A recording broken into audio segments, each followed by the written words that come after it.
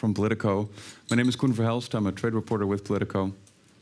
Welcome to everybody in the room. It's a packed audience. That's always great to see, and also welcome to everybody joining us online. We're going to dissect the Brussels effect. I brought the book, which is some 4 years old by now, but the idea is actually much older. The Brussels effect goes back to the idea that, well, even though Europe maybe doesn't have any aircraft carriers of its own, it is a regulatory superpower. And it does that by making sure that its policies are distributed, maybe not intentionally across the world, but in fact, like by practice they are. The thing, though, is that globally, free trade is maybe not entirely crumbling yet, but it's definitely facing a bunch of hurdles. The WTO, the World Trade Organization, is facing a lot of trouble getting reformed, getting any kind of agreements. FTA talks take years, if not decades, to complete. And one question that hovers above all of this: can you trust your trading partners? Can trading partners trust each other in this time of more adversity globally? For the EU, it's maybe a feeling of being stuck between DC, the US policy, and Chinese policy. What can the third bloc in this world do, and what can von der Leyen's economic security policy, economic foreign policy, as of her new commission, what can it really achieve, and can it actually give the Brussels effect perhaps some new impetus? So for that, I'm here today on the stage with three excellent panelists. First of all, Ambassador Pedro da Costa from Brazil. He's the ambassador to the European Union. Madame Marie-Pierre Vedrenne, MEP for Renew from France in the European Parliament. She just has started her second mandate and is a member of the International Trade Committee, also for a second time running. And Mr. John Clark, former trade negotiator, many decades in charge of international relations at the agricultural branch of the European Commission, and therefore perhaps one of the more exemplary people to have worked on how the Brussels effect has ended up with its trade partners. So, if you would allow me, John, I will start with you. You have recently left the European Commission, but how have you looked at the Brussels effect throughout your career, and is it future-proof? Well, thank you for that introduction and for allowing me as a retiree, in a way, to join this distinguished panel. When I was thinking about this issue in advance of today, I think that the Brussels effect is a bit like Bizet's opera, L'Arlésienne. So you hear about her, you think you know what she is, where she is, you look for her, but it's far less prevalent than meets the eye. And I think the Brussels effect is a bit like L'Arlésienne. We have difficulties actually identifying it. It's a fairly rare animal. What it's not is the requirement that countries and companies have to meet EU import standards. That's not the Brussels effect. That's normal regulatory sovereignty. Nor is the Brussels effect, I think, the phenomenon in free trade agreements where the EU gives market access, but the other partner, and Mercosur is an example, I think, has to comply with certain environmental, sustainability, or other standards. That's not the Brussels effect either. So what is it? It's the phenomenon whereby when the European Union makes some rules or standards, and as a matter of choice, companies and countries decide not only to meet those standards for exporting to Europe, but also to align themselves in their own domestic market or adopt those standards and rules for the purpose of exporting to the rest of the world. We've seen this in a limited number of occasions. The EU organic regulation, I think, is one. GDPR is one. Certain aspects of the EU's emission trading arrangements on aircraft engines, car engines, right. But it's less prevalent than meets the eye. And above all, I would say it's a voluntary phenomenon. You know, countries are not required to align their domestic regulatory system to that of the EU. They do it because it makes sense, because the EU is a big market, has a big gravitational pull, and for many multinationals for whom the EU is a very big market, it makes commercial sense for them to have one set of rules and standards which can normally be a passport in the rest of the world. So I think it's, to the extent the Brussels effect exists, it's a trade facilitation measure, and I would go as far as saying it's a public good. Is it something that the Commission is trying to push forward now that it has actually this effect has been identified? Has that been a point where the Commission thought, hey, let's pull some strings and actually make it work this way intentionally? Well, I have to start with a disclaimer. I don't represent the European Commission or Union, so like at the beginning of a movie, if anything I say bears any resemblance to any EU policy, living or dead, it's a pure coincidence. I don't think that the objective of exporting the Brussels effect is uppermost in the minds of EU regulators. What EU regulators are doing is trying to introduce health and safety, consumer protection, environmental rules, rules that will implement the green and digital transitions. Obviously, they recognize that these rules, because they impact on trade, in goods or services, have an impact in the rest of the world. But it's not uppermost in the minds of EU regulators, I think, to say, okay, we want to now make this the global standard. We want to do all we can to encourage the rest of the world to follow. That's not the driving rationale for EU regulatory decision making. Right, but there has been some resistance to certain regulations that do have with a very large word, extraterritorial effect, which brings me to Ambassador Pedro. You know what I'm talking about, the European deforestation regulation, which your country, Brazil, has been fairly critical of. So can you sketch me first of all a little bit, how do you look at the Brussels effect and how wide it actually is from a trading partner perspective? Well, thank you very much. Good afternoon, everybody. I can certainly agree with this Brussels effect that John just presented as something that we accept voluntarily. So there are a series of examples of EU legislation that my country, for example, thinks is positive or a good example, and then we adapt it to our own needs. So as long as the Brussels effect is something that we can adopt voluntarily, great. And that happens, that's how things should be. Cooperative mode, dialogue, etc. The problem starts when it's not voluntary, when it's imposed. And there are a series of examples. You cited EUDR. I could cite the CBAM. And let's hope that we don't have an evolution of a policy going to the famous mirror clauses that I don't think many people understand what they really are. Because there we are in trouble. Because when you have a legislation such as the EUDR in which you design it, you implement it, you define what it is, and you judge and enforce whether other countries are complying with it.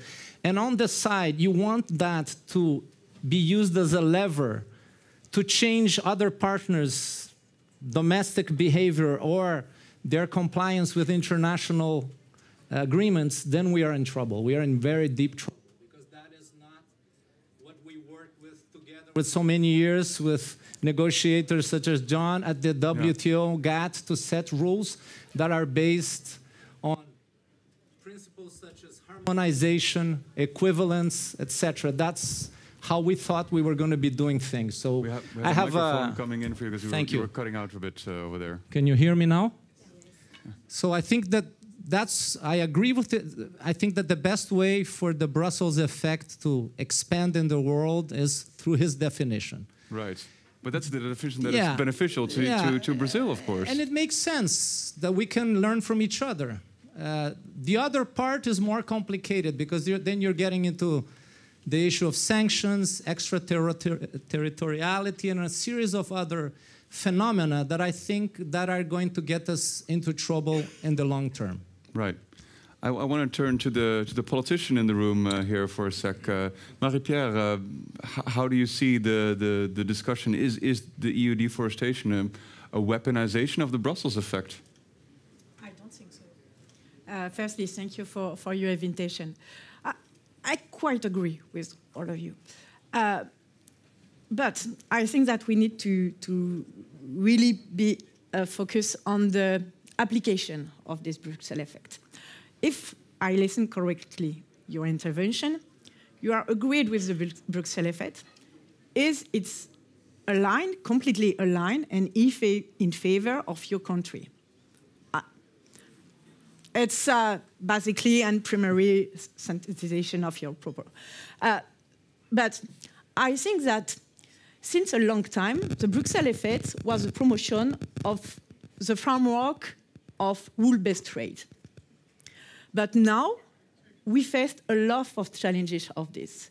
And a lot of third countries, especially China, but also US, don't respect rules that we need to define all together.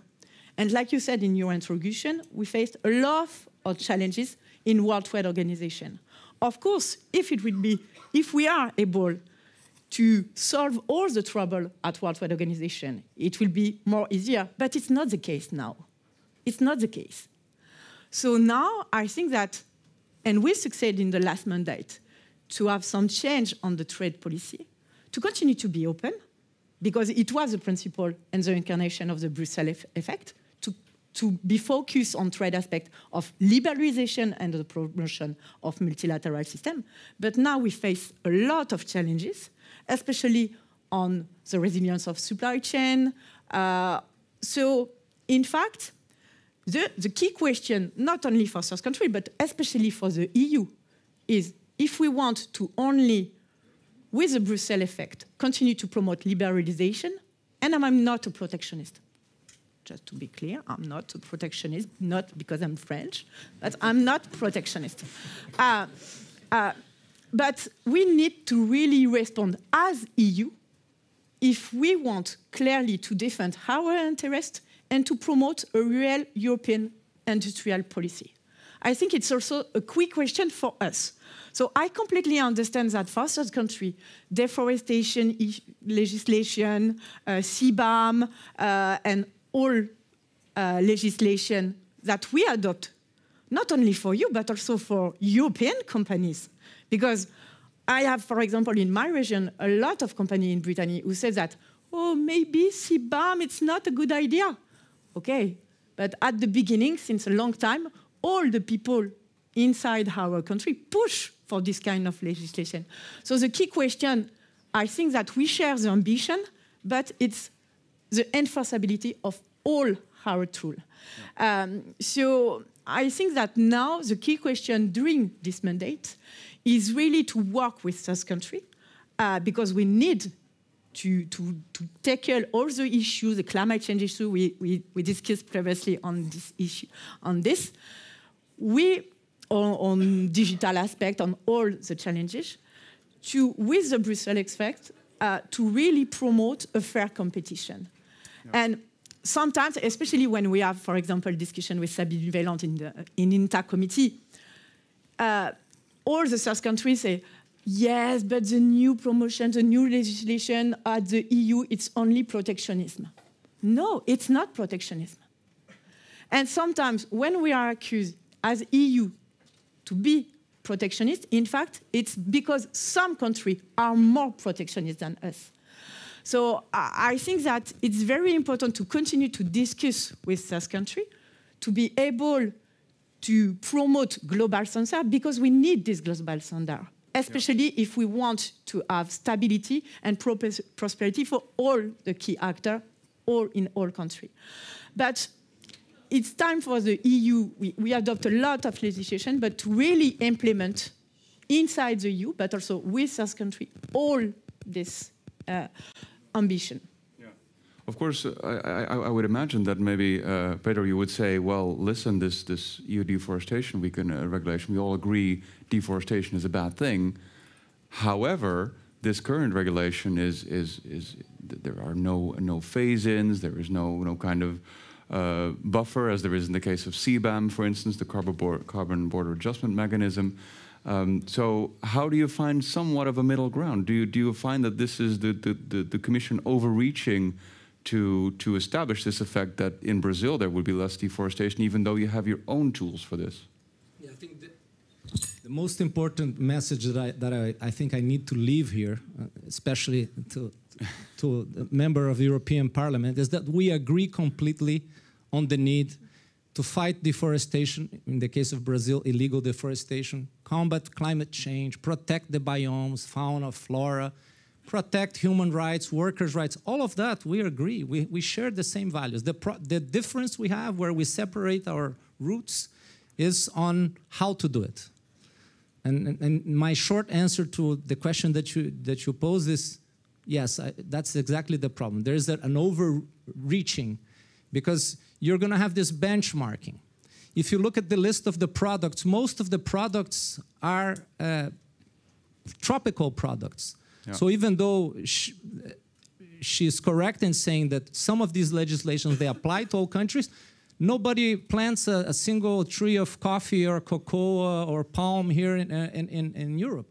So it's directed to other countries, not to Europe. Some of the sectors overlap, such as paper, pulp, etc. And the European companies are complaining because there is an inherent problem with the legislation that it's unworkable. I know a lot of work went into devising it, but they didn't think about the differences that we have in the world and how the sectors operate in real life. Yeah. So that is, going back to your question, the best way to do it is if we use more the dialogue that she mentioned to work together. If the EU is really going to implement this, then let's make sure that we diminish as much as we can the damage done. And one word on, there are differences between these legislations, because I'm not saying they are protectionist. In this case, it's the idea of the EUDR is not a protectionist agenda. It's an agenda to impact and influence negotiations and agendas that are outside trade, such as the Paris Agreement, the Biodiversity Convention, etc. In the case of CBAM, it's a competitiveness issue. The EU wants to tell other countries how they need to count the ton of CO2 and how they are going to need to produce, but then the baseline is European. It's not Brazilian or from other countries, and we have different production processes. We have different matrices. If we had time here, and maybe you will let me at the end, you have to reverse the idea. What if Brasilia started to implement this kind of legislation using things that are our reality and you couldn't comply? Then there would be a lot of complaining here in Brussels against the Brazilian measures. And that's how I think we need to switch a bit how we look at these issues. Right. I think that's an excellent question to put to you, John. How do you see when it comes, for instance, to CBAM or the EU deforestation regulation? Do these trade impacting regulations do they go too far, or is it where did it become such an issue between trading partners and Brussels? Well, as politicians say, I'm glad you asked me that question. No, I think nothing in life is black and white, and this issue is not black and white either. I don't pretend to understand CBAM very well. I think very few people in the world do, which is part of the problem. On deforestation, which I do know a little bit about, I don't recognize the idea that this is an extraterritorial application any more than any import requirement is extraterritorial. They all are. I'm happy that the Brazilian ambassador recognizes that the motivation for the DR is not protectionist. It's aimed at ensuring a universal commitment to the green transition and to reduce climate change, to mitigate climate change. So I think the objective is a noble one and an existential one. I would agree that and it's unfortunately happens from time to time, the European Commission is better at drafting and passing legislation than it is at the nuts and bolts implementation. And I think the DR does have some serious implementation issues being introduced perhaps too quickly, with not sufficient dialogue and cooperation with the affected third countries like Brazil or Indonesia or many others. Not enough flexibility, I think, for smallholder producers, and not enough recognition given to the concept of equivalence, which is a pillar of the WTO rule book, that where you can achieve an objective in a less trade restrictive manner through equivalence, so you don't require that your partner has to have identical standards, but have equivalent results. That's the way to go. And I think the regulation doesn't satisfactorily build in equivalence as the way forward. So I have a lot of sympathy for Brazil's concerns about the practical implementation consequences of the DR. Just as you might not all be trade nerds in this room, so a little explanation on the deforestation regulation. It's officially, of course, like an import requirement to make sure that products like wood, cattle, cocoa, coffee, soy, and palm oil as well. These products, I believe there's 7 of them. That they do not impact on deforestation elsewhere in the world, or that they make forests less resilient. The Commission is supposed to release a couple of really important documents on this in the next few months. Everybody's saying, please do it as quickly as possible, because everybody's waiting for these rules. But the question is, Brazil is not the only country that has been putting this forward. Also, within the European Parliament, there have been calls to say, well, maybe we should postpone this, because if you put all the countries on the same risk levels, there's 3 of them, maybe there's not going to be time to figure out who is at which level. We need to postpone this, we have similar timeframes for CBAM, so maybe we should do that in this case as well. This comes mostly, Marie-Pierre, from the right side of the European Parliament. You are yourself an MEP for Renew, and you wrote a letter to the European Commission not so long ago to make sure that this stays its course. What do you say to the concerns about indeed the practicality of this? Of course, I understand the question of the implementation, but I think that now, because we go in that way, I understand the point of view of third country, but also on industrial aspect. But all the time, when I meet industrial or companies, they say that they want stability, they want predictability. And now we want to change all the legislation, and some people want to go back outside our ambition. So, in fact, if we want to be coherent, we continue. Of course, it's very important to really look the implementation, but not to postpone this vision and this legislation on deforestation, on vehicle electric, and we have a lot of lists, and a lot of pressure on all issues. It's like a Christmas tree at the end. But really, I think that it's why we send a letter with my colleague Pascal Canfin to Ursula von der Leyen and to the Commissioner designate, in order to say, okay, we need to be careful, and we listen all the point of view, but not to go back. We, like you mentioned, we have also a new European Parliament, and we know that on the far right, especially, and also on the right, they want to change this kind of legislation. But at the end, in fact, and like you said that you share the ambition on the issue on climate change and all the aspects. So if we want to really tackle this issue, we need to continue to really be strong on the ambition, but of course, to be very careful on the implementation, but not to say that we want to reopen all the legislation, because at the end, we have one country want this, we have one country want this, we have this industry, we have no common market at the end. And all the time we say that the stronger for European Union come for internal market. So if each country and each industrial come to member of European Parliament and want this, no internal market and no more Brussels effect.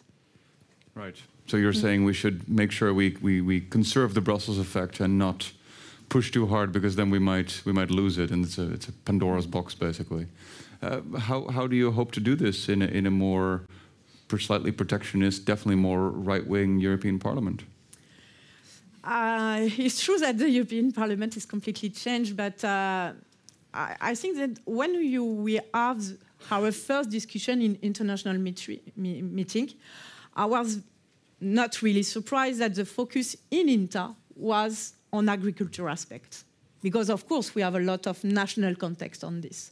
But I think that it was quite surprising for Digitrade. But in fact, it's not surprising me, because like you mentioned, we have the question of reciprocity, and we have a lot of pressure inside some member states to say that since a long time, even if I know all the figures that we are strong exporter, but the feeling inside some country is that always agriculture is loser. It's not the case on the figure, but you know that politics, it's not only the figure.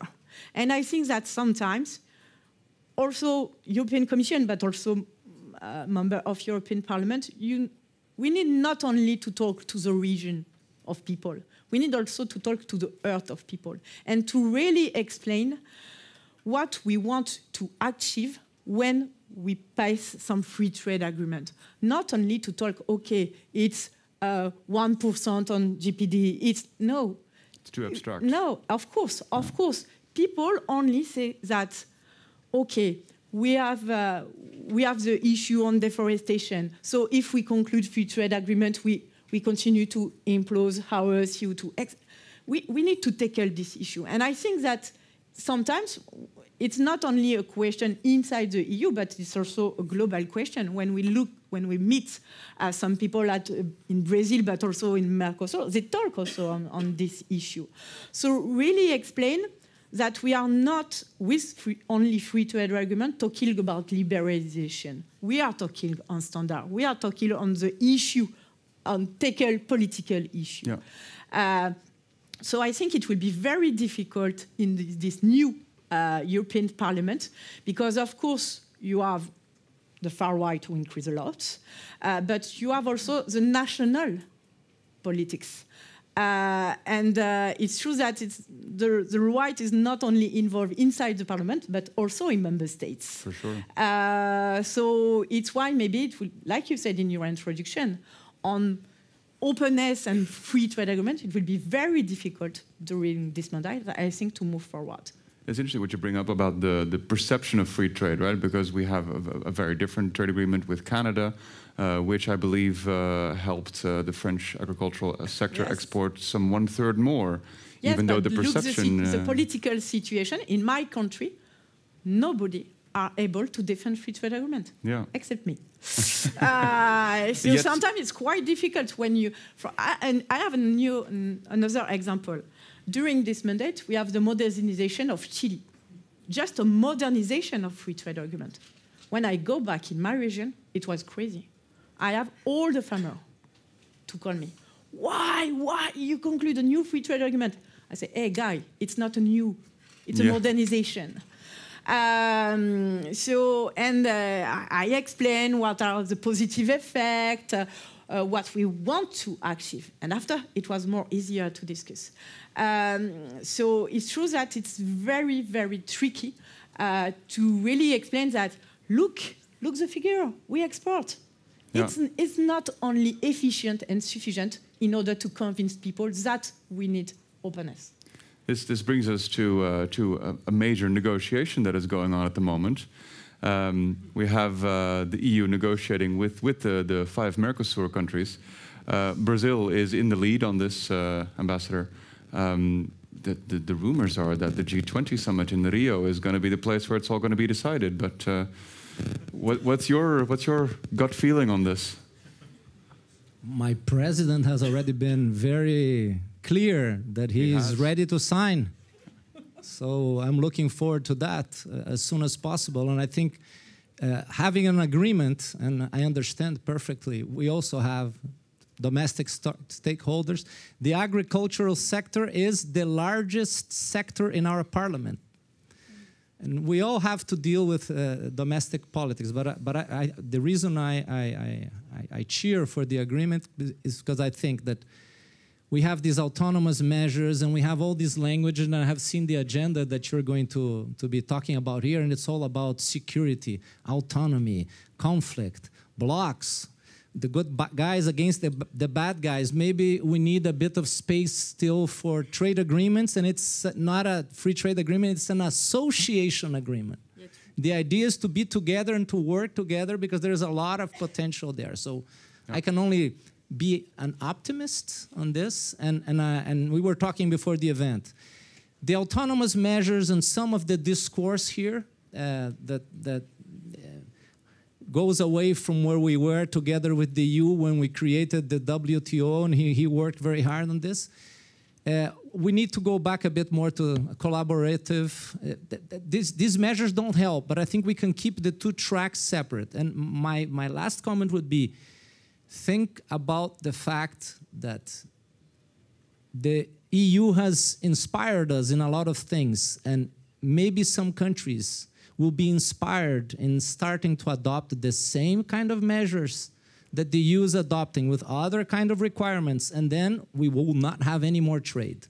And the EU as the biggest, for example, agri-food exporter in the world, and I saw today again surpluses, is going to be maybe regretting some of the decisions it's taking today. So I think we have to be, you're having this big event about all these trends and security and competitive and all that, but we work together in this international area where you're going to have to, it has to be a two-way street, or else it's going to be very complicated.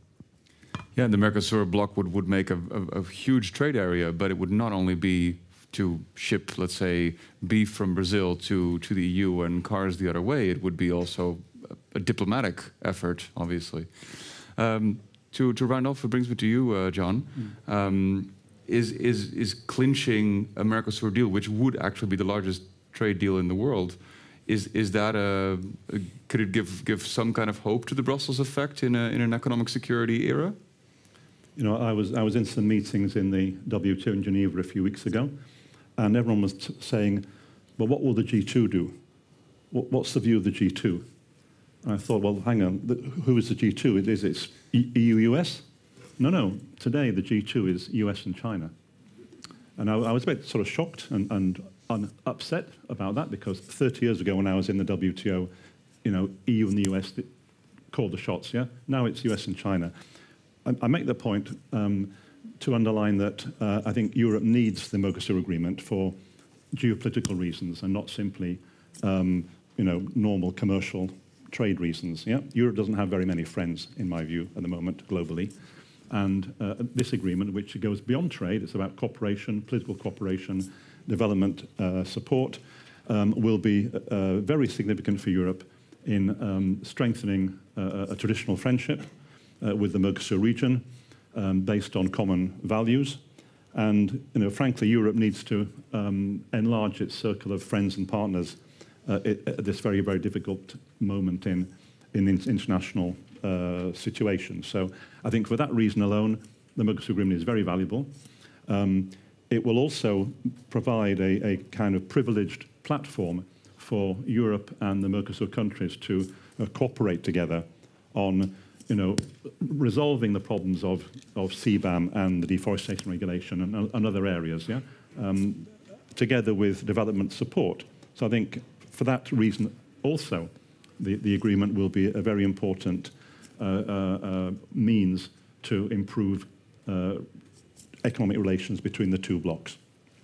So, well, that brings us to mid-November when the G20 gets together. It's of course not a meeting between the EU and Brazil, mind you, but we will keep our sources plugged to figure out if Ursula von der Leyen is indeed going to sign that day. What final thoughts, Marie-Pierre? Do you think it's going to happen on that particular summit? A lot of member states want, but I understand the geopolitical aspect, and it's true. We need to cooperate with Mercosur. It's evident. But it's too early at the summit, you think? No. In fact, it's not too early. 20 years old, it's enough. It's enough. Fair enough. It's been in the making for a while. And I think it's all the problem also. I'm quite responsible because we adopted my amendment in the European Parliament against. But I'm not sure that, like you said, it's not only about trade because it's a global association. And it's true that it's really important to explain. But for me, it's not a good argument to say that because we have a free trade agreement, we have good cooperation, or we don't have good cooperation. I think it's not enough argue to convince people that we need to continue to have cooperation at trade level. Yeah. So I think that, like I said at the beginning, I understand the reason and the geopolitical argue, but it's also needed to have real market and to really be able that the European company invest in Brazil or other country, etc. So maybe to only be focused, like I said at the beginning, on liberalization and on openness, at the end it would be a fade. Because that's, I think, especially in some countries, that now, and sorry to say that Mercosur is a symbol on what some people don't want. Right. Well, that's... Sorry to say that, but come with me in Brittany, and like I said, I assume to defend. I vote New Zealand, I vote Chile, I vote CETA, I vote the other free trade agreement. But don't say to people, okay, no, it's okay, you have, trust us, it will be fine. No, it's not possible to act like this. Yeah. So I think, it's very important to listen what happened in the ground in all the member states. And a lot of people think that free trade agreements are not only, and I think that the issue is not only the solution. And I think that sometimes in Brussels, we think that with a free trade agreement, we solve all the problems. It's not the case. Well, that was, of course, the belief in Brussels for a long time. But let's wrap up for here. I will put it the other way around. Yes? I think it's very fashionable, and it's the easiest card for politicians to play, to blame foreigners, either blaming immigrants or blaming imports, blaming them for domestic structural problems. Yeah, it's always easy to blame the outsider, and that's a very dangerous path to go down. Right. Thanks very much to our speakers. I don't blame anyone, and I don't blame, and I've always defend the European Commission. Right. So is that true, though? No, but I think that if we want to succeed, it's very important to listen people. Because at the end, in the European Parliament, you don't have only two far-right groups at the end. I'm sorry, we're going to have to wrap up. It's very important to listen what also people explain. And that's also very true. To come and to really explain why and what we want to achieve. Of course, in the EU, but also with such countries. Right. Thanks very much. Merci. Obrigado. Merci. Thanks very much, everybody, for listening in.